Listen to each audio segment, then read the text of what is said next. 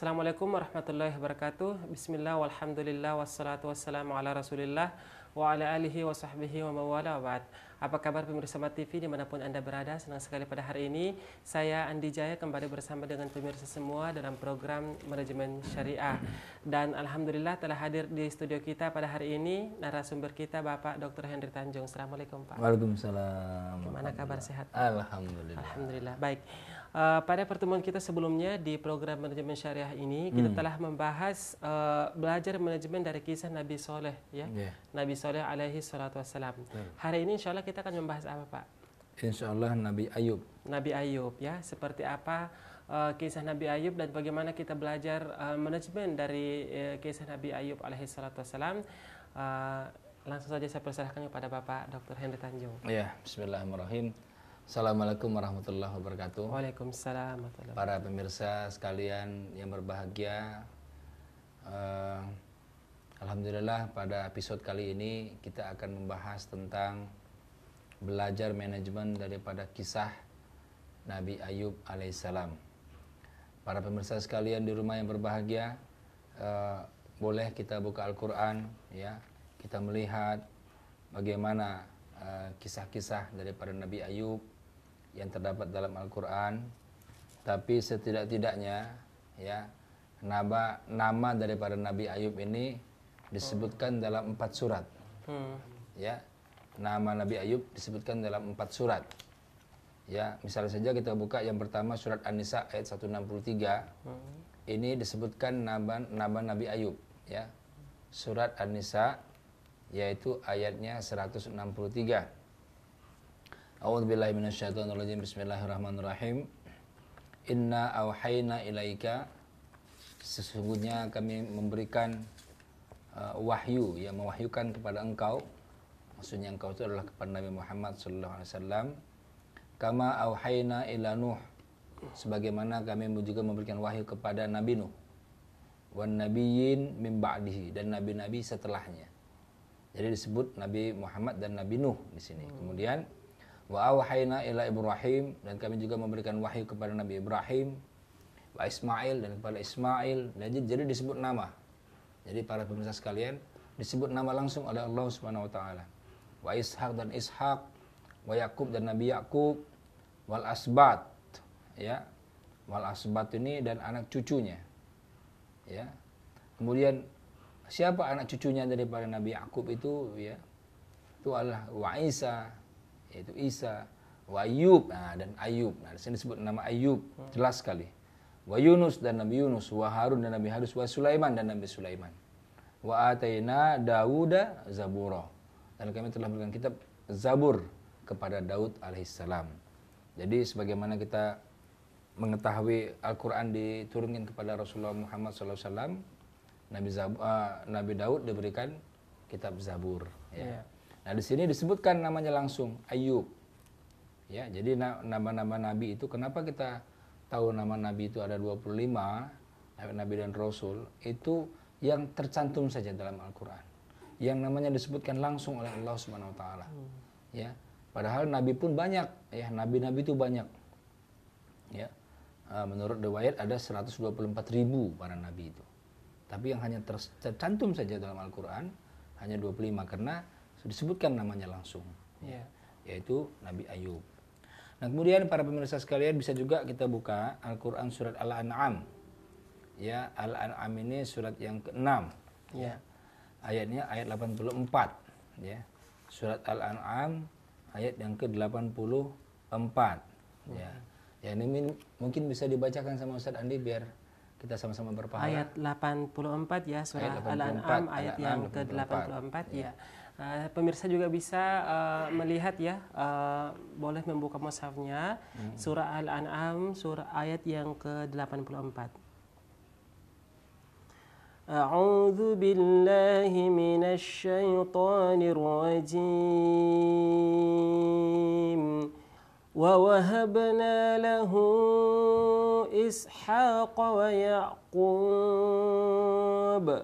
kullan hadaina wa Nuhan hadaina min qablu wa min dzurriyyatihi كلا هدينا ونوحا هدينا من قبل ومن ذريته داود وسليمان وأيوب ويوسف وموسى وهارون وكذلك نجزي المحسنين. Iya, wa wahabna lahu Ishaq, dan kami telah menganugerahkan Ishak, wa Yakub, dan Yakub ini maksudnya kepada Nabi Ibrahim, ya, karena cerita sebelumnya adalah tentang Nabi Ibrahim. Kullan hadaina, ya, masing-masing mereka kami berikan petunjuk. Wa Nuhan hadaina, dan Nuh juga, Nabi Nuh juga kami beri petunjuk, min qablu, sebelumnya. Wa min zurriyatihi, dan daripada keturunan-keturunannya. Apa itu? Ya, siapa itu? Daud. Nah, saya disebutkan Daud, siapa lagi? Wa Sulaiman, siapa lagi? Ayub. Nah, ya. Jadi nama Ayub disebut juga di dalam surat ini, dan juga nama Yusuf, Musa, Harun, ya. Wa kadzalika nazil muhsinin, itulah balasan bagi orang-orang yang berbuat baik, ya. Jadi di sini disebutkan namanya lengkap, ya, Ayub di sini disebutkan. Nah, kemudian kita bisa lihat lagi, ya, surat ini kisah Nabi Ayub yang ketiga, ya, tapi ini kisahnya singkat, ya, yaitu surat Al-Anbiya, yaitu surat yang ke-21, ya, ayatnya 83 sampai ayat 84, ya. Surat Al-Anbiya, para pemirsa di rumah boleh juga dibuka Al-Qur'annya.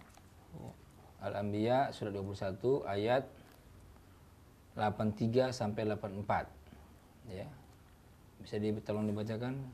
Ya. Surah Al-Anbiya ayat yang ke-83 dan 84, ya. Ya, pemirsa di rumah juga bisa membuka mushafnya, kita baca sama-sama. Wa ayyuba idh nada rabbahu anni massaniyad durru wa anta arhamur rahimin.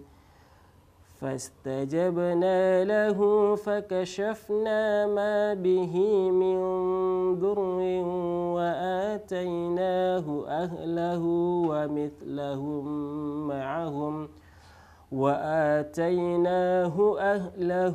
ومثلهم معهم رحمة من عندنا وذكرى للعابدين.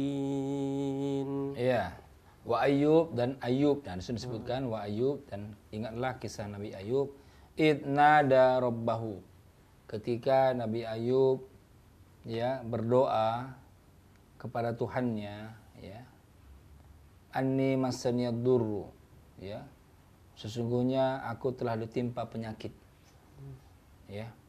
Ini dalam tafsirnya beliau mengidap penyakit kulit, ya, yang lamanya 18 tahun. Para pemirsa sekalian, sakitnya Nabi Ayub ini sakit menahun, ya, 18 tahun. Ya, kita bisa bayangkan betapa hebat penderitaan daripada Nabi Ayub. Tapi beliau selalu apa? Selalu berzikir, ya. Walaupun sudah begitu, berdoa tidak pernah putus asa. Apa doanya? Inni massaniyad durru wa anta arhamur rahimin, ya. Engkaulah Maha Penyayang. Ya, jadi walaupun sudah diuji sedemikian rupa dengan penyakit, tapi tidak merubah persepsi daripada Nabi Ayub kepada Allah Subhanahu wa taala. Persepsinya apa? Wa anta arhamur rahimin. Engkaulah ya Allah yang Maha Penyayang dari semua yang penyayang. Ya. Kemudian fastajabna lahu, maka kemudian kami mengabulkan doanya. Ya.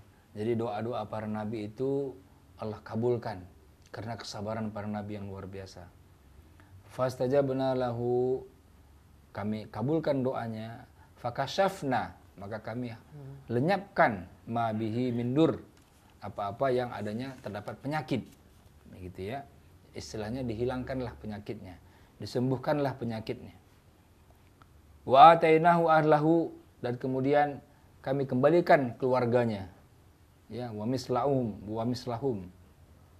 ya, dan kami kami lipat gandakan jumlah mereka, ma'ahum, rahmatan, sebagai apa? Sebagai rahmat, sebagai kasih sayang, min indina, daripada kami, daripada sisi kami, wa dzikra lil abidin, ya, dan untuk menjadi peringatan bagi semua yang menyembah, bagi semua yang beribadah kepada Allah Subhanahu wa taala.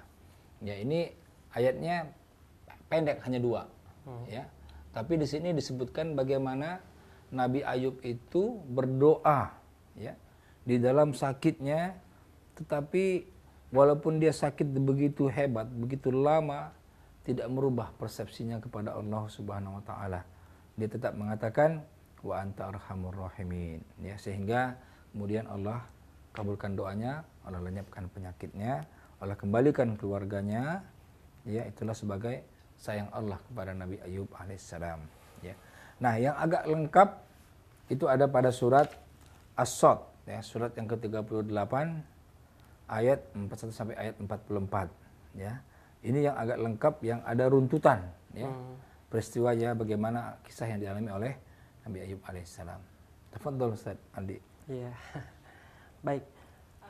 Surah Sad ayat yang ke-41 sampai 44. ayat yang ke-44, ya. Ya. Kita baca bersama ya pemirsa di rumah.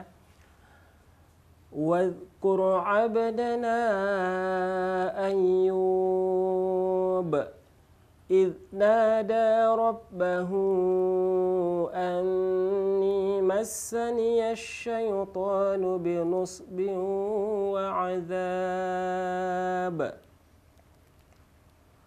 Urqub birijlik hadza mughtasalun baridun wa syarab. Kita bacakan dulu terjemahannya, Ustaz. Ya, boleh, silakan. Dan ingatlah akan hamba Ayub ketika dia menyeru Tuhannya, sesungguhnya aku diganggu syaitan dengan penderitaan dan bencana. Allah berfirman, hentakkanlah kakimu, inilah air yang sejuk untuk mandi dan untuk minum. Wa wahabna lahu ahlahu wa mithlahum ma'ahum rahmatan minna wa dzikra li ulil albab.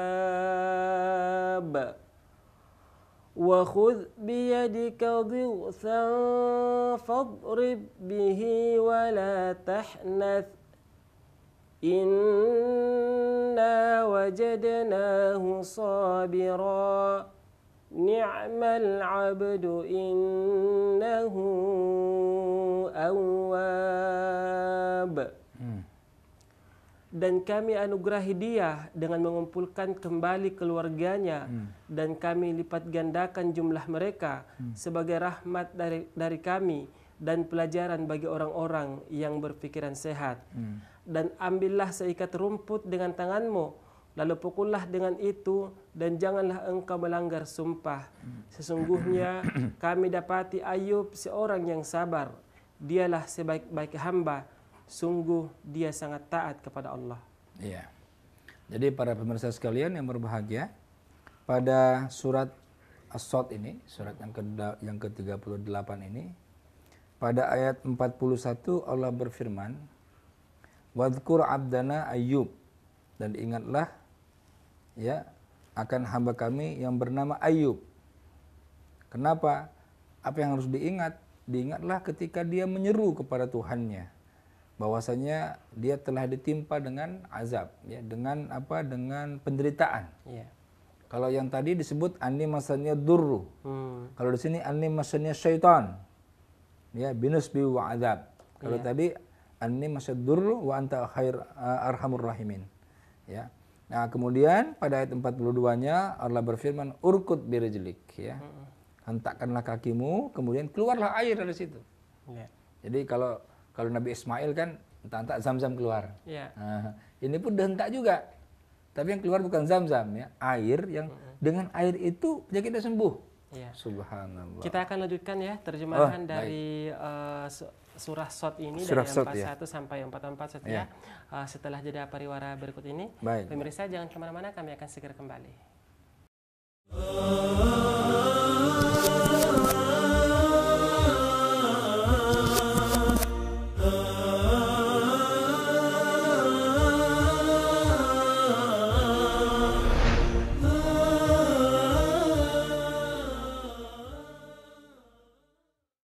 pemirsa, kembali lagi di program Manajemen Syariah, masih bersama saya Andi Jaya dan narasumber kita Bapak Dr. Henry Tanjung, masih dengan tema belajar manajemen dari kisah Nabi Ayub alaihi salatu wassalam.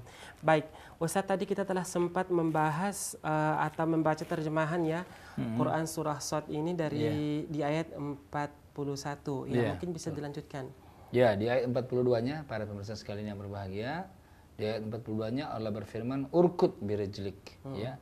Artinya apa? Hentakkanlah kakimu ke tanah. Jadi memang walaupun Allah berkehendak ya, ingin mengeluarkan air, tetap saja Allah menginginkan adanya ikhtiar daripada hamba. Jadi tidak diam-diam saja kemudian keluar air ya. Sampai dengan Nabi Ismail ketika di Ka'bah itu ya, di dari kakinya itulah, dari tangan kita keluar air Zam-Zam itu. Jadi begitu pun dengan Nabi Ayub ya. Ini artinya kita tidak boleh berdiam diri dalam menjemput rahmat Allah itu. Ya, kita harus ikhtiar ya. Ikhtiar. Urkut birejlik hadza mughtasalun baridun wa sarab ya. Ini adalah air yang sejuk untuk mandi ya, mughtasal untuk mandi, wa sarab dan untuk minum ya.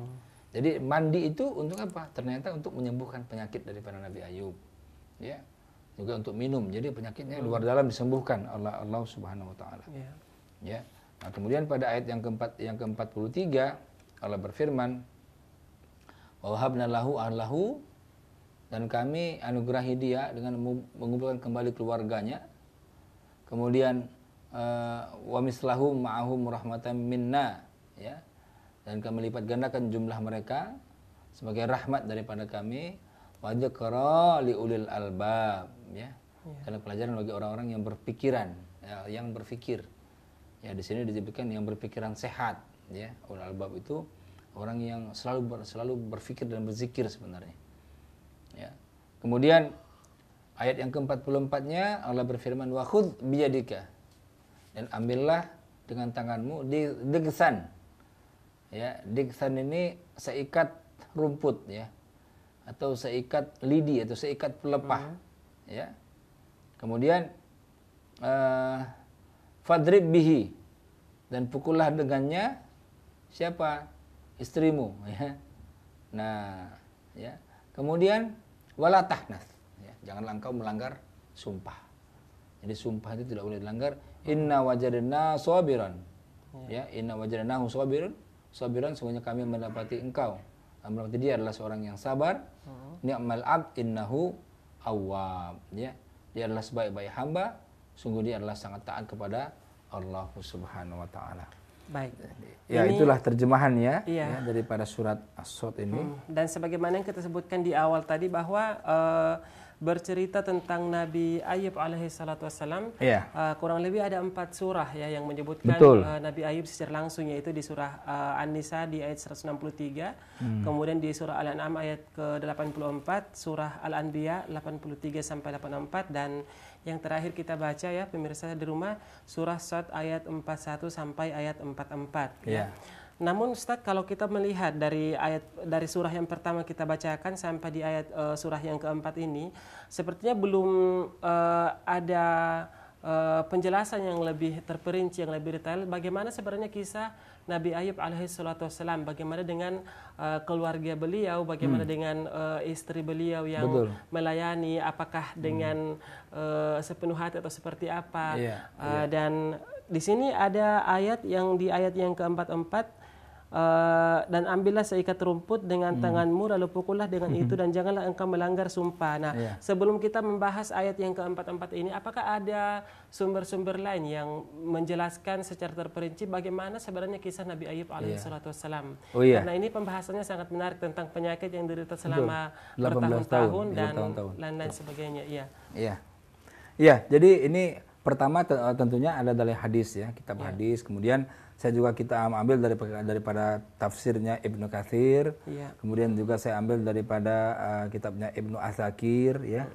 Kemudian juga daripada beberapa kisah-kisah para sahabat. Misalnya saja dalam hadis riwayat daripada Anas, itu dijelaskan ya, sakit Nabi Ayub ini adalah sakit kulit ya, sejenis sakit kulit yang lamanya beliau sakit itu 18 tahun. Jadi para pemirsa sekalian, bisa dibayangkan ya, orang sakit selama 18 tahun. Kalau itu ibarat anak ya, lahir kemudian besar umur 18 tahun, itu sudah tamat SMA. Iya, betul. Ya, selama itulah sakit ya. Iya. Bisa dibayangkan itu goncangan yang dialami. Ya, bukan hanya oleh Nabi Ayub sendiri, juga oleh istrinya, oleh anak-anaknya, oleh keluarganya, oleh ahlinya semuanya. Ya, bukan hanya oleh Nabi Ayub sendiri. Ya. Nah, kemudian keterangan daripada tafsir Ibnu Katsir itu dijelaskan bahwasanya Nabi Ayub ini adalah nabi yang miskin setelah sebelumnya kaya. Nah, Setelah sebelumnya kaya. Kaya. Berarti sebelum Sebelum Nabi sakit Ayub ini, adalah Nabi orang kaya. yang kaya seperti Orang itu kaya, ya. orang kaya. Jadi kira-kira orang kaya sakit bertahun-tahun jadi miskin gitu, kira-kira begitu. Ya, ini ujian yang luar biasa daripada Allah Subhanahu Wa Taala. Jadi sebenarnya ini ujian pertama, ujian harta, ya kan? Ujian harta. Allah berikan harta, kemudian lewat penyakit Allah ambil harta itu. Baik, sebelum dilanjutkan kisah tentang Nabi Ayub, bahwa Nabi Ayub sebelumnya adalah seorang yang kaya kemudian jatuh miskin. Yeah. Apakah ini juga disebutkan di dalam Al-Quran dari ayat yang kita baca sebelumnya atau Tidak ada ini keterangan. hanya Tidak ada. penjelasan Ini hanya dari penjelasan tafsir daripada Ibnu Katsir, tafsir Ibnu Katsir. Iya. Kemudian daripada Ibnu Asakir itu dijelaskan Nabi Ayub ini sebelum dia sakit itu punya anak banyak. Kemudian begitu dia sakit, anaknya meninggal satu-satu. Habis. Allahu Akbar, luar biasa. Selama rentang waktu 18 Iya. tahun itu ya. Iya, meninggal. Habis. Jadi diberi anak, Allah cabut anak itu. Kalau tadi kalau dalam kitab Ibnu Katsir, Allah beli harta, Allah ambil harta itu. Nah, kemudian masih dalam keterangan daripada Ibnu Asakir, dulu sebelum dia sakit, dia diberikan kesehatan, setelah itu diuji dengan sakit. Jadi bayangkan ya, 3 ujian yang berat-berat langsung sekaligus dialami oleh para Nabi Ayub. Iya. Pertama, ujian jasad, sakit. Nah, di tengah-tengah sakitnya itu Allah berikan ujian hartanya, miskin. Iya. Bersamaan itu Allah ambil anak-anaknya. Ya. Iya. Sehingga dia habis anaknya.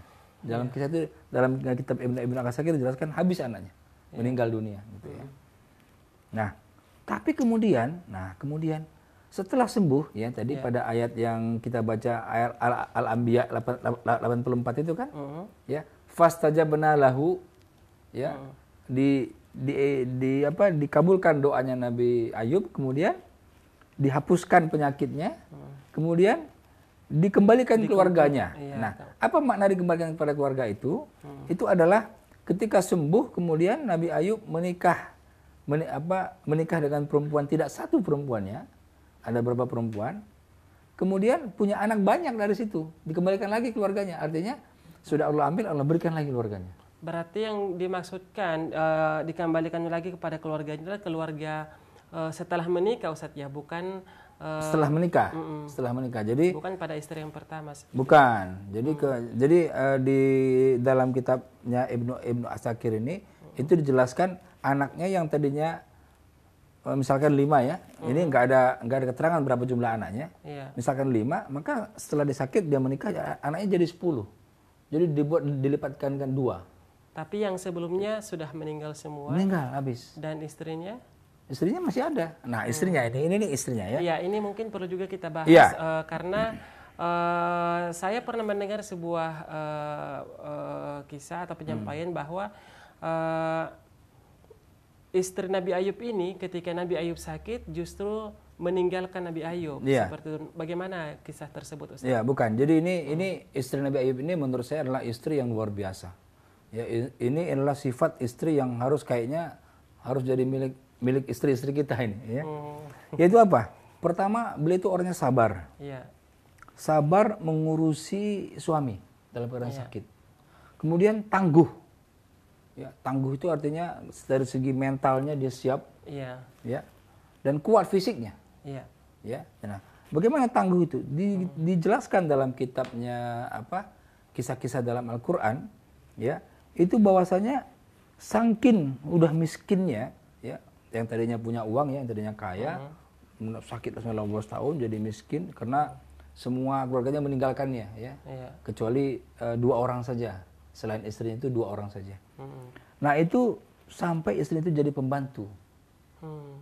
Ya, sampai jadi pembantu. Bayangkan ya. Jadi tidak betul bahwa istrinya meninggalkan pada saat Betul. keadaan Nabi Ayub sangat memprihatinkan ya. Enggak betul. Enggak betul. Iya. Enggak betul. Jadi itu saya juga enggak tahu dari mana kisah-kisah itu diambil ya. Tapi yang jelas kisah yang terpercaya adalah istri Nabi Ayub adalah orang yang pertama sabar, tangguh meski menjadi pembantu, dan dia kuat fisiknya. Bagaimana melayani seorang suami yang sakit selama 18 tahun. Ya. Nah, kemudian tadi kenapa kemudian diambil sikat rumput? Nah, itu tadi ya. Kemudian dipukulkan ke kakinya itu. Iya. Kenapa? Karena ketika ya dalam 18 tahun kan bisa saja seorang perempuan atau seorang apa dalam keadaan kondisi capek, lemah, letih gitu ya. Sehingga pelayanannya kepada suaminya kurang berkenan misalnya. Sehingga ketika itulah Nabi Ayub marah, kemudian bernazar. Nanti setelah aku sembuh, aku akan pukul istriku 100 kali gitu ya. Oh, seperti aku akan cambuk 100 kali gitu. Ya, ini yang Itu berkaitan berkaitan dengan ayat yang ke-44 yang kita baca tadi ya. Tadi betul. Iya, betul. Wa khudh biyadika dhiktan fadrib bihi wa la tahnat ya. Dan ambillah seikat rumput dengan tanganmu lalu pukullah dengan itu dan janganlah engkau melanggar sumpah. Iya. Ini terkait dengan nazar daripada Nabi Ayub karena suatu ketika dia mendapati istrinya tidak melayaninya dengan baik. Sehingga dia kesel kemudian dia bernazar seperti itu. Tapi kan akhirnya ketika dia sembuh dia menyesal. Iya. Dan perlu kita catat seperti penjelasan Ustaz tadi bahwa istri Nabi Ayub ini bukan seorang yang durhaka ya. Bukan. Ya, tapi kita bisa pahami lah ya. Iya. 18 tahun mengurus orang sakit itu seperti apa itu beratnya. Dalam waktu 18 tahun itu bukan waktu yang sebentar Bisa saja kan muncul rasa ketika kita capek kan bisa saja kesal kan, namanya manusiawi kan. Para pemirsa sekalian di rumah bisa juga dibayangkan, misalnya punya orang tua katakan. Orang tua itu tidur aja di rumah ya. Kemudian kalau buang air kita yang siapkan airnya, bispotnya segala macamnya. Nah, kita mengurusnya selama puluhan tahun. Bayangkan, suatu ketika mungkin kita bukan kita nggak mau, tapi kadang-kadang ada kondisi-kondisi di mana kita bisa saja jenuh ya. Bisa saja kita dalam kondisi yang tidak fit atau kita kurang sehat misalnya. Kita tidak melayani dengan maksimal. Nah, kemudian marah dia, kemudian bernazar seperti itu. Yang kemudian akhirnya dalam kisah itu dijelaskan, akhirnya Nabi Ayub itu menyesal, dia nggak mau mencambuk istrinya. 100 kali nggak mau dia. Nah, makanya turun firman Allah, wala tahnas. Jangan kamu melanggar sumpah. Kenapa? Karena Nabi Ayub itu sudah bersumpah. Iya. Mau mencambuk istrinya 100 kali. Nah, tapi apa? Dicarikan solusi ya, karena dia sayang sama istrinya yang luar biasa. Iya. Dicarikan solusi, dikumpulkanlah 100 pelepah pelepah korma atau apa gitu ya, kayak lidi lah. Dikumpulkanlah 100 lidi, diikat, dipukullah sekali. Nah, sama dengan 100 kali cambuk gitu. Iya, dan ini atas wahyu Allah. Firman Allah. Iya. Atas firman Allah. Ya, mungkin kita pemirsa di rumah ya boleh melihat kembali di surah Sad ini ayat yang ke-44 ya, agar tidak salah menafsirkan ya apa yang dimaksud dengan mengambil seikat rumput dengan tanganmu ya. Iya. Jadi ini juga dalil yang menyatakan bahwa nazar itu harus dilaksanakan. Iya. Tapi bisa dengan cara yang ahsan. Nah, gitu ya. Jadi 100 kali cambukan itu dikumpulin ya. Kumpulin jadi 100 lidi, kumpulin sekali saja. Nah, itu sama 100 kali cambukan. Itu karena apa? Karena maha rahmannya. Maha rahmannya Allah kepada Nabi Ayub ya, dan Ayub juga sayang kepada istrinya, tapi karena sudah bersumpah, sumpah harus dilaksanakan. Ya, sebelum kita lanjutkan tadi sempat disinggung tentang jenis penyakit yang diderita oleh Nabi Ayub, penyakit kulit. Apakah ada keterangan yang lebih terperinci sebenarnya penyakit kulit itu sejenis apa? Tidak ada. Penyakit kusta atau tidak ada. Saya ada baca beberapa kitab, tidak ada sejenis penyakit apa ya. Tetapi ini penyakit yang luar biasa lah ya, yang menahun gitu ya. Nah, kalau dulu ketika saya kecil-kecil tuh, ngaji di madrasah itu disebutkan sama ustadz saya itu sampai belatung katanya ya. Belatung nempel di jidat gitu ya. Jadi kalau sujud itu bangun lagi belatungnya nempel di situ ya. Gitu sampai begitu gitu ya. Tapi walau alam, jadi nggak ada penjelasan yang jelas Baik. seperti apa penyakitnya. Namun pastinya adalah sejenis penyakit kulit. Penyakit kulit. Penyakit kulit. Ya, yang diderita yang membuat orang lari. Berarti kan ini sangat menjijikkan. Iya, mungkin menimbulkan aroma yang tidak Iya. sedap. Ya, jadi kalau misalkan kita penyakit kulit panu, kan orang kan tidak lari gitu. Iya, betul. Tapi semuanya lari. Kecuali 2 orang itu saja, saudaranya yang terus mendoakannya. Itu berarti memang udah sangat mengganggu ya. Iya. Bisa bau, bisa segala macam gitu. Iya. Masya Allah ya, mengharukan sekali kisah Nabi Ayub alaihissalam dengan jangka waktu 18 tahun menderita sakit tersebut. Dan setelah kita juga jelaskan tadi bahwa istri beliau senantiasa menemani beliau dalam keadaan seperti itu apapun ya. Baik, menarik sekali pembahasan dari kisah Nabi Ayub alaihissalam. Dan setelah jeda pariwara kita akan kembali membahas ya lebih terperinci, belajar manajemen apa yang bisa dipelajari dari kisah Nabi Ayub alaihissalam. Pemirsa jangan kemana-mana, kami akan segera kembali.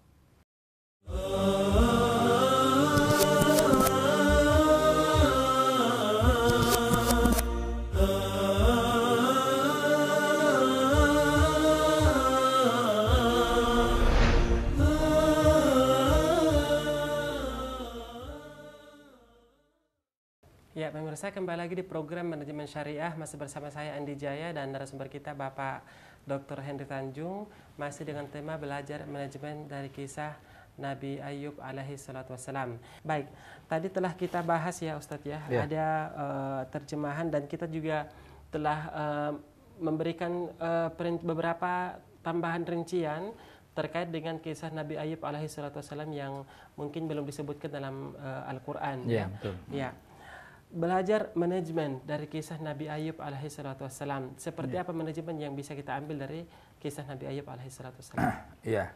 Jadi para pemirsa sekalian yang berbahagia, belajar daripada kisah Nabi Ayub alaihissalam ini, kita mendapat penghargaan yang pelajaran yang luar biasa daripada kesabaran Nabi Ayub alaihissalam. Ya, bahwasanya kesabaran itu pasti akan membawa kemenangan. Ya. Kesabaran itu pasti akan membawa kesuksesan. Ya, kesabaran itu sebenarnya selevel dengan syukur. Sabar sama syukur itu sama saja. Ya, apa buktinya?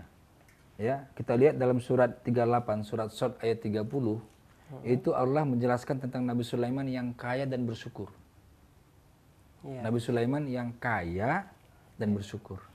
Pada surat 38 masih pada ayat surat yang sama, ayat 44, Allah menggambarkan Nabi Ayub yang miskin dan sabar. Ya. Nah, mana kira-kira yang lebih baik? Kaya bersyukur atau miskin sabar? Ya, para pemirsa sekalian boleh menjawab dalam hati. Mana yang lebih baik? Kaya bersyukur atau miskin sabar? Ya. Nah, kalau pendapatnya Ibnu Qayyim dalam kitabnya Uddatus Sabirin, ya. Kaya syukur dengan miskin sabar, dua-duanya sama. Ya. Nah, di mana buktinya? Ya. Kalau kita lihat ujung ayat yang menggambarkan tentang Nabi Sulaiman, itu surat Shad ayat 30, ya. Itu disebutkan apa? Wa wahabna li Dawuda wa Sulaiman, ya, wa wahabna li Dawuda Sulaiman, ni'mal ab innahu awwab. Ya. Ni'mal ab innahu awwab. Ya. Jadi dia adalah sebaik-baik hamba, sungguh dia taat kepada Allah. Dia adalah sebaik-baik hamba, sungguh dia taat kepada Allah. Pada ayat 44 ketika menggambarkan Nabi Ayub, Allah menggambarkan dengan teks yang sama. Ya. Dengan teks yang sama. Ya. Inna wajadnahu sabiran ni'mal ab innahu awwab. Sama persis. Ya, ni'mal ab innahu awwab. Ayat yang ke-30, ni'mal ab innahu awwab. Ya. Ni'mal ab innahu awwab. Sama persis. Dia adalah sebaik-baik hamba. Ya. Dia adalah sebaik-baik hamba, sungguh dia sangat taat kepada Allah. Jadi sama menggambarkan bagaimana orang kaya bersyukur dan orang miskin yang sabar itu sama. Ya. Jadi itulah makanya dalam sebuah hadis dijelaskan ajabul lil abdul mukmin, ya, sangat ajib ya urusannya orang-orang mukmin ini. Kenapa? Bagi dia tak ada masalah, Ya. Ketika dia diberikan rezeki dia bersyukur, Ya. diberikan kekurangan dia bersabar. Ya. Jadi luar biasa, ajib ya. Ya. Nah, itu yang pertama. Jadi kesabaran ya pasti ya atau akan membawa pada kesuksesan. Jadi itu yang pertama. Kemudian yang kedua, ya kemudahan-kemudahan itu akan kita peroleh setelah mendapatkan kesulitan yang luar biasa. Ya. Jadi istilahnya begini, kalau dalam Al-Qur'an yang lain disebutkan inna ma'al usri yusra. Ya. Jadi tidak mungkin kita akan mendapatkan kemudahan setelah kemudahan, tidak ada. Ya. Tidak ada. Harus kesulitan dulu. Dulu baru ada kemudahan. Nah, ketika dia keluar daripada kesulitan itu, dia akan merasakan kemudahan yang luar biasa. Iya. Ya. Coba lihat orang-orang yang misalkan lulus doktor misalkan dengan susah payah perjuangannya gitu ya. Pasti begitu dia lulus, dia akan luar biasa bahagianya ya. Iya. Karena dia merasakan kesulitan yang luar biasa. Ya, gemblengannya yang luar biasa. Ya. Dan orang-orang sukses itu adalah orang-orang yang memang gemblengannya luar biasa. Iya. Ya. Jadi ibarat apa ya? Ibarat kita mau membuat pisau yang sangat tajam. Iya. Itu kan nggak bisa kita asah pisau itu dalam keadaan dingin kan? Iya. Kita panaskan pisau itu. Sudah panaskan kita pukul, puntang, merah-merah membara kita pukul lagi. Oh ya, kita panaskan lagi, kita pukul lagi. Nah, seperti itulah ya penggemblengan orang-orang yang sukses itu. Yang sejalan dengan dipanaskan, dipukul. Nah, Allah ingin apa? Allah ingin mengangkat derajatnya. Nah, itu. Ya, Allah ingin tahu seperti itu kan? Iya. Nah, begitu itu jadilah dia besi yang parang yang sangat tajam. Iya. Melalui proses pukul, panaskan. Iya.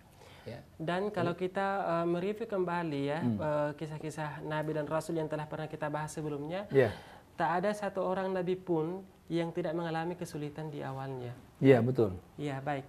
Sebelum kita lanjut, mungkin kita akan menyapa pemirsa yang telah bergabung bersama kita. Assalamualaikum. Ya, sepertinya terputus ya. Baik, kita lanjutkan yang tadi Ustaz ya, bahwa kalau kita mereview kembali nabi-nabi yang telah kita bahas di manajemen syariah ini, betul. Tidak ada satu nabi pun yang tidak mengalami ujian atau kesulitan. Betul. Ya, semuanya pasti mengalami ujian, dan bukan ujian yang biasa ya, ujiannya yang ujian yang hebat, luar biasa, yang luar biasa seperti itu. Jadi pelajaran yang kedua adalah kemudahan akan diperoleh setelah melalui kesulitan. Dan itu 2 kali kan. Jadi ada orang menerjemahkan satu kesulitan ada 2 kemudahan. Ya. Karena luar biasa ya, diulang-ulang gitu ya. Nah, yang ketiga ya, jangan memutuskan sesuatu itu karena emosi. Nah, ini ya. Iya. Jadi kalau kita dalam keadaan emosi, jangan kita mengambil keputusan. Ya. Kita mencat orang karena emosi, itu nggak benar itu. Terkait dengan, maaf sebelum dilanjutkan, terkait dengan pelajaran yang ketiga, jangan mengambil keputusan dalam keadaan emosi. Kalau dikaitkan dengan kisah Nabi Ayub, di poin mana ini Ustaz? Ya, jadi itu poinnya adalah ketika istrinya itu lengah ya, suatu saat lengah tidak melayani Nabi Ayub dengan baik, maka kemudian dia marah. Marah dan dia bersumpah akan mencambuk 100 kali, bayangkan. Itu kan mengambil keputusan dalam keadaan emosi. Ya. Nah, itu jangan, kita nggak boleh melakukan seperti itu. Kalau kita mau mengambil keputusan, ya itu jangan kita lakukan dengan emosi. Sehingga kemudian di ayat 44 Allah berikan solusi sebagai jalan keluar. Ya, karena dia sudah bersumpah, sumpah itu harus dilaksanakan, diberikanlah solusi tadi, ya. Daripada cambuk 100 kali, 100 lidi dikumpulin, cambuk sekali saja. Itu kan solusi daripada tadi tuh ya. Akibat dia mengambil keputusan yang emosional, lagi tidak stabil ya. Dalam kondisi marah utamanya. Jadi artinya apa? Kita nggak boleh mengambil keputusan, kita nggak boleh menandatangani SK, kita nggak boleh menandatangani orang, mencat orang dalam kondisi marah, jangan. Ya, jadi kalau kita marah, dinginkan dulu. Dulu calm down dulu, ya. Jangan lakukan apa-apa. Sudah kita calm down, dingin, nah barulah kita mengambil keputusan apa yang harus kita lakukan. Ini dalam rangka berbuat adil, ya, berbuat adil. Begitupun dengan orang yang tidak suka kepada kita atau musuh-musuh kita. Kita juga harus berbuat adil kan. Jangan karena kita benci kepada suatu kaum, sehingga kita berbuat zalim kepada mereka gitu kan. Harusnya kita adil kepada siapa saja. Baik. Ya. Jadi Itu poin yang ketiga, ya. Jadi apa? Jadi jangan memutuskan suatu perkara itu karena marah, ya, karena emosi. Jadi maka itu la taghdab, la taghdab, la taghdab itu di situ. Ya. Karena kalau sudah marah apapun nanti jadi nggak benar gitu ya. Ngambil keputusan jadi nggak benar ya. Bekerja juga jadinya apa gimana gitu ya. Bagi sehat pun ya terganggu kan. Orang yang marah-marah terus ya dia kalau dia marahnya luar biasa, pecah pembuluh darah otaknya ya dia bisa meninggal dunia. Gitu ya. Jadi memang marah itu aspek apapun itu tidak benar. Aspek kesehatan tidak benar, aspek manajemen juga tidak benar ya. Dalam keadaan emosi ya. Nah, yang keempat senada dengan itu ya, pikirkan akibat daripada suatu perbuatan. Ini kita harus berpikir panjang ya.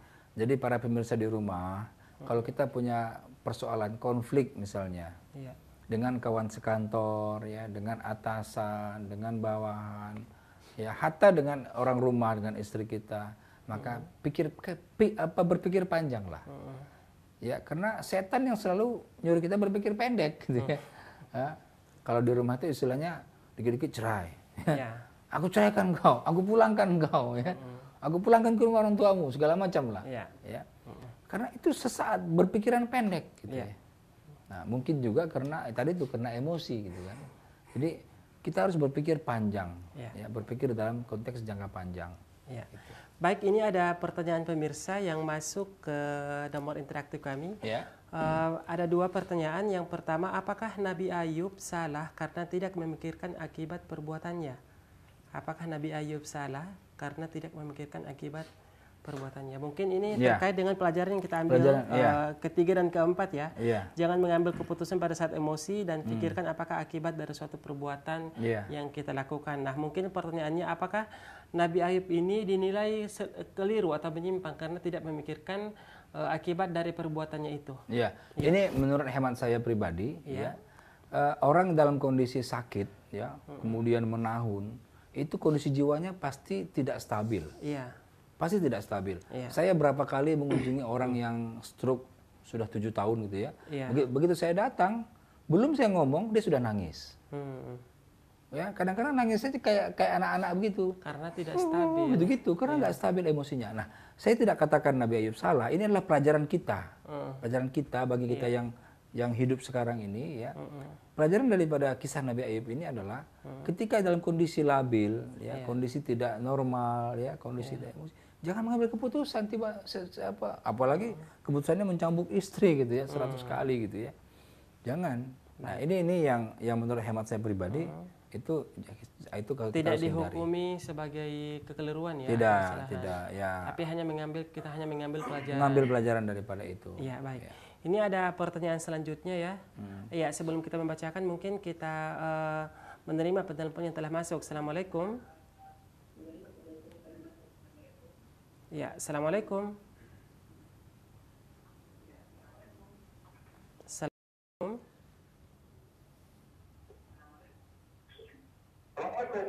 Waalaikumsalam warahmatullahi wabarakatuh. Iya, dengan Bapak siapa di mana? Iya, Abdul Nasir di Sidoarjo. Dari Abdullah di Sidoarjo. Abdul Latif ya, silakan Pak Abdul Latif. Oh, baik, Abdul Latif. Ya, silahkan Pak dengan pertanyaannya. Ya, ada 2 pertanyaan saya. Ya. Yang pertama, sakitnya kan 18 tahun. 18 ya. 18 tahun. 18 Pak. 18 tahun sakitnya beliaunya. Iya. Kemudian caranya dakwahnya gimana gitu loh. Ya. Yang kedua, ini pesannya apa ya? Harusnya kalau Nabi kemudian diminta untuk dakwah, kan harus minimal dibekali kesehatan gitu loh. Ya ini malah sakit. diberi sakit gitu loh. Ini pesannya apa sebenarnya gitu. Terima kasih.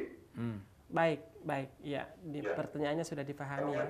Waalaikumsalam warahmatullahi wabarakatuh. Ya. Dari Pak Abdul Latif ya di Sidoarjo. Yang pertama, 18 tahun menderita sakit. Lalu bagaimana dengan dakwah Nabi Ayub sendiri? Iya, jadi memang di dalam Al-Qur'an itu memang tidak ada penjelasan mengenai dakwahnya Nabi Ayub, Pak Latif ya. Dan saya juga coba membaca di beberapa kitab-kitab tafsir, juga tidak dijelaskan. Iya. Ya, jadi saya nggak tahu apa jawabannya untuk pertanyaan pertama. Kemudian untuk pertanyaan kedua, apa tadi? Biasanya Apa pelajaran? Dibekali dengan kesehatan. Kesehatan untuk dia berdakwah. Iya, namun di Nabi Ayub ini adalah ditimpa penyakit ya sama 18 tahun lalu. Pesan apa yang bisa diambil dari Nabi Ayub? Iya, jadi gini, kalau Nabi itu kan memang orang-orang yang Allah pilih ya. Iya. Jadi tidak sembarang orang yang Allah pilih. Kemudian apa pelajarannya untuk umat-umat setelahnya? Jelas itu ya. Jadi kisah-kisah dalam Al-Quran ini itu bukan kisah-kisah yang miskin pada pelajaran. Kisah-kisah dalam Al-Quran adalah kisah-kisah yang sangat-sangat syarat ya. Sangat-sangat syarat ya. Syarat kan sudah banyak ya. Iya. Sangat-sangat syarat dengan pelajaran yang bisa diambil. Ya. Jadi pelajaran apa? Kesabaran utama yang paling utama. Jadi kalau misalkan kita punya saudara sakit, stroke menahun 7 tahun, 10 tahun, ingat aja kisah Nabi Ayub ya, mungkin dia akan lebih besar hatinya. Nabi Ayub 18 tahun, saya baru 10 tahun misalnya begitu. Jadi apa ya, kita punya file di kepala kita ya, bahwasanya ada kisah, ada orang sebelumnya yang mengalami hal yang lebih hebat daripada kita. Sehingga hati kita akan punya rasa syukur. Iya, betul. Itulah sebenarnya. Jadi dakwah itu kan mengajak orang. Iya. Ya, da'i ya, jadi mengajak orang, waman ahsanu qaulan mimman da'a. Ya. Siapakah lagi yang paling baik perkataannya daripada orang yang mengajak kepada Allah? Artinya apa? Untuk taat beribadah. Ya, untuk dekat kepada Allah, untuk bagaimana kita mengamalkan ajaran-ajaran Islam itu sendiri. Ya, jadi ajaran Islam yang paling sulit itu adalah sabar. Paling enak di mulut. Sabar ya. Apalagi kalau teman kita meninggal dunia, sabar. Kita bilang sabar, sabar. Begitu kita yang kena meninggal dunia ayah kita, enak aja lo bilang sabar. Karena sabar itu sulit sekali. Ya, baik, seperti itu. Ya, untuk penelpon selanjutnya, Assalamualaikum. Assalamualaikum. Waalaikumsalam warahmatullahi wabarakatuh. Dengan siapa, di mana? Aisyah di Lampung. Oh iya, Mbak Aisyah dari Lampung. Silahkan Mbak dengan pertanyaannya. Iya, waktu itu kan saya baru saja menuntut ilmu syar'i. Terus saya itu tiba-tiba, saya itu sakit parah yang luar biasa. Sakit itu selama 1 bulan. Tapi tetangga saya itu mengunjungi saya. Dia bilang begini, katanya saya itu sekarang ini katanya sudah gila karena saya itu nggak kuat menuntut ilmu ini karena ini adalah ilmu yang tidak baik dan besar. Terus ada yang bilang lagi lebih baik saya mati daripada saya tersiksa seperti ini. Jadi saya itu haruskan tabah menerima apa yang diucapkan oleh tetangga saya. Jadi saya sampai sekarang terus bertahan menuntut ilmu syar'i ini walaupun semua orang tidak peduli dengan apa yang saya pelajari. Baik. Pertanyaannya. Assalamualaikum. Waalaikumsalam warahmatullahi wabarakatuh. Ya, Mbak Aisyah dari Lampung punya semangat dalam menuntut ilmu. Itu semuanya godaan orang yang belajar ilmu syariat ya, orang yang belajar ilmu secara benar ya. Allah berikan ujian dulu, kemudian orang ngomong segala macam. Ini ditanggapi dengan apa? Dengan ikhlas saja. Mbak Aisyah ya. Jadi jangan kita kemudian terpengaruh dengan itu ya. Jadi kalau peribahasa mengatakan ya, anjing menggonggong kafilah tetap berlalu lah. Anjing gitu menggonggong kafilah berlalu. Tetap berlalu ya. Jadi kita terus saja kita belajar ini ya. Belajar ilmu syar'i tanpa sakit, Allah beri sakit sebulan itu ya untuk kalau sebulan insyaallah belum Mbak Aisyah bisa langsung mengingat kisah Nabi Ayub ya, bagaimana lamanya ya, ini baru sebulan. Ya, baik, untuk penelpon selanjutnya. Assalamualaikum. Assalamualaikum. Assalamualaikum. Iya, dengan Ibu siapa di mana? Sama Ibu Alpong dari Ciamis. Iya Bu, gimana Bu? Ya, silakan pertanyaannya Ibu. Iya, saya sekarang lagi sakit, terus udah sakit ini lagi, udah diobati sakit ini lagi, jadi Terus sakit di mana ya caranya saya pengen belajar sabar gitu. Baik. Ya. Itu aja pertanyaan Ibu. Terima kasih. Assalamualaikum. Waalaikumsalam warahmatullahi wabarakatuh. Ibu Apong dari Ciamis ya. Iya. Ibu Penyakit Apong, tidak kunjung Ya. sembuh ya. Ibu Apong, cara Allah itu untuk supaya Ibu Apong dekat kepada Allah, itu bisa saja dengan Allah memberikan sakit. Iya. Ya, dengan sakit Bu Apong terus Ya. mengadu kepada Allah, dan Allah suka dengan kaduan-kaduan itu. Iya. Nah, bagaimana supaya supaya Bu Apong Tetap tetap tabah, tetap sabar? Ingat kisah Nabi Ingat Ayub. kisah Nabi Ayub. Nah, 18 tahun loh Bu Apong. 18 tahun. Subhanallah. Betul, iya. Dan juga terkait dengan Mbak Aisyah tadi ya, sakit Iya. parah 1 bulan. Iya. 1 bulan masih sangat Asik. singkat ya Iya, dibandingkan betul. dengan kisah Nabi Ayub 18 alaihissalam. Ya, menyambung dari pertanyaan Pak Abdul Latif tadi, pesan apa yang bisa diambil dari situ ya? Paling tidak pelajaran yang kita ambil adalah bagaimana sabarnya Nabi Ayub alaihissalam dan pujian yang Allah berikan kepada Nabi Ayub Betul. langsung disebutkan dalam Al-Qur'an ya. Iya. Ni'mal 'abd innahu awwab. Iya, Nah. betul sekali. Untuk penelpon selanjutnya, Assalamualaikum. Ya, terputus ya. Baik, ini masih ada satu pertanyaan Ustadz ya dari Umi Syifa Gorontalo ya. Tim kreatif kita masih ada waktu ya. Baik, saya bacakan dulu. Saya adalah seorang istri yang memiliki 4 orang anak yang masih kecil-kecil. Iya. Sementara suami saya sudah sakit parah berbulan-bulan dan sudah tidak bekerja lagi. Sementara saya sendiri pun sudah sakit-sakitan. Dan sementara saya sendiri sudah sakit-sakitan, tapi alhamdulillah saya masih tetap bisa merawat suami saya. Sementara saya bukan pribadi yang suka mengharapkan balas kasihan dari orang lain, padahal di situ saya tidak bisa berbuat apa-apa. Maka terkadang kami harus tidur dalam keadaan lapar. Yang penting saya tidak sampai meminta-minta kepada orang lain, karena saya yakin pertolongan Allah pasti akan datang, karena Allah tidak akan memberikan ujian di luar batas kemampuan hambanya. Maka apakah saya berdosa jika terkadang anak-anak saya harus menahan lapar? Dari Umi Syifa Gorontalo. Subhanallah. Saya jadi terharu mendengar pertanyaan dari Ibu Syifa ya. Ya, mungkin Ya, boleh Bu Syifa, diberikan, ya. Bu Syifa, tausiah-tausiah. apa yang Ibu Syifa lakukan itu luar biasa, Iya. ya. Menggugah kita semua, ya. Saya sangat terharu melihat tadi kisah tadi. Dan ya ini adalah tanggung jawab kita, tanggung jawab daripada umat sebenarnya, ya. Nanti kita akan coba untuk mengkontak lah kawan-kawan kita yang di Gorontalo untuk melihat kondisi suami ibu, ya, untuk membantu suami ibu. Karena apa? Karena kita ini Muslim ini bersaudara. Ya, jadi kalau ibarat satu tubuh, ya, kalau tubuh yang lain sakit maka kita juga akan ikut merasakannya. Insya Allah nanti Bu kita akan coba untuk berbuat sesuatu. Seperti itu ya. Iya. Ibu Syifa dari Umi Syifa dari Gorontalo ya. Tapi mungkin ada sedikit tausiah Ustaz untuk keadaan Umi Syifa. Ya, itu sudah luar biasa, ya, sudah luar biasa. Jadi pribadi yang hebat, ya, yang hanya bergantung kepada Allah Subhanahu Wa Taala, ya, dan ya itu kita harus tahu kondisi itu. Ya, jadi nanti umaro juga, ini saya juga himbau dalam kesempatan ini, saya himbau umaro, ya, pejabat-pejabat, para pemimpin daerah yang ada di Gorontalo, hendaknya hendaklah memperhatikan rakyatnya, sebagaimana dulu Umar sangat memperhatikan pada rakyatnya. Iya, betul sekali. Baik, sangat ya, masya Allah ya, saya juga jadi agak Subhanallah, ya, luar biasa ini. Dan kita harap mudah-mudahan Sore Ibu ini Umi Syifa dari Gorontalo ini diberikan kekuatan oleh Allah Subhanahu Wa Taala. Jangan pesimis, ihfadillah yahfaduka, ya. Jagalah Allah, niscaya Allah akan menjagamu. Mudah-mudahan diberikan kemudahannya Ibu Umi Syifa.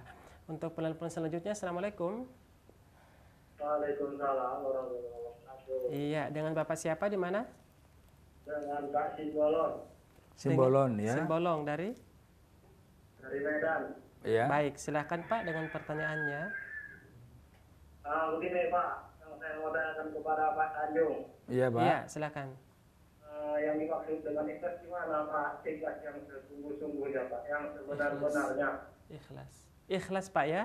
Dalam artinya, misalnya orang tua kita meninggal, selayaknya menyampaikan ikhlas ya, sabar ya. Betul Pak, kita ikhlas. Tapi dalam hati kita berat untuk mengikhlaskan itu semua. Terima kasih Pak. Iya, sama-sama Pak. Pak Baik, Simbolon ya Pak dari Simbolon Medan, ini ya. dalam rangka tadi ya, kesabaran itu ya. Iya, betul. Jadi memang ikhlas dalam sabar itu memang kita kembalikan semuanya kepada pemilik problem. Jadi siapa itu pemilik problem itu? Allah Subhanahu wa taala. Ya, kita hidup di dunia ini memang dengan penuh dengan problem. Iya. Ya, masalah terus ya. Bahkan kalau kita tidak punya masalah, kita tidak hidup sebenarnya. Karena hidup itu adalah masalah dan masalah itu akan membuat kita menjadi hidup. Jadi hidup itu masalah, masalah itu hidup. Jadi saya pun merasakan ketika itu posisi seperti itu, Pak Simbolon, ketika orang tua saya meninggal dunia, orang-orang bilang saya sabar, saya nggak kuat juga gitu ya. Tetapi perlu waktulah, kita manusia, kita perlu waktu. Jangan terus kita ingat-ingat ya. Ya istilahnya kan kalau orang bilang life must go on gitu ya. Jadi apa namanya, the show must go on ya. Jadi pertunjukan itu kan harus terus berjalan ya. Jadi walaupun apapun yang terjadi kita harus terus tegar menghadapinya. Kesedihan itu hal yang biasa. Ya, yang tidak boleh adalah terlalu berlama-lama dalam kesedihan. Iya. Fal tasbir wal tahtasib, bersabarlah dengan kesabaran yang sungguh-sungguh dan berikhtiar, nantiasa mengharap pahala dari Allah Subhanahu wa taala. Iya, baik. Sayang sekali waktu kita sangat terbatas ya. Kita sudah berada di penghujung waktu. Ya, sekali lagi tidak ada kisah yang lebih terperinci tentang bagaimana dakwah Nabi Ayub alaihissalam. Selama yang kita dapatkan, mungkin ada pemirsa di rumah, silahkan kita share ke kita. Iya, baik. Namun di balik dari hal itu, cukuplah pujian Allah kepada Nabi Ayub alaihissalam sebagai motivasi buat kita ya untuk bisa lebih bersabar dan meningkatkan ketakwaan kita kepada Allah Subhanahu wa taala. Ya, sayang sekali waktu kita sangat terbatas. Saya Andi Jaya dan narasumber kita Bapak Dr. Hendrik Tanjung mohon undur diri dan mewakili seluruh kru yang bekerja pada hari ini mengucapkan terima kasih yang sebesar-besarnya. Wassalamualaikum warahmatullahi wabarakatuh. Waalaikumsalam warahmatullahi wabarakatuh.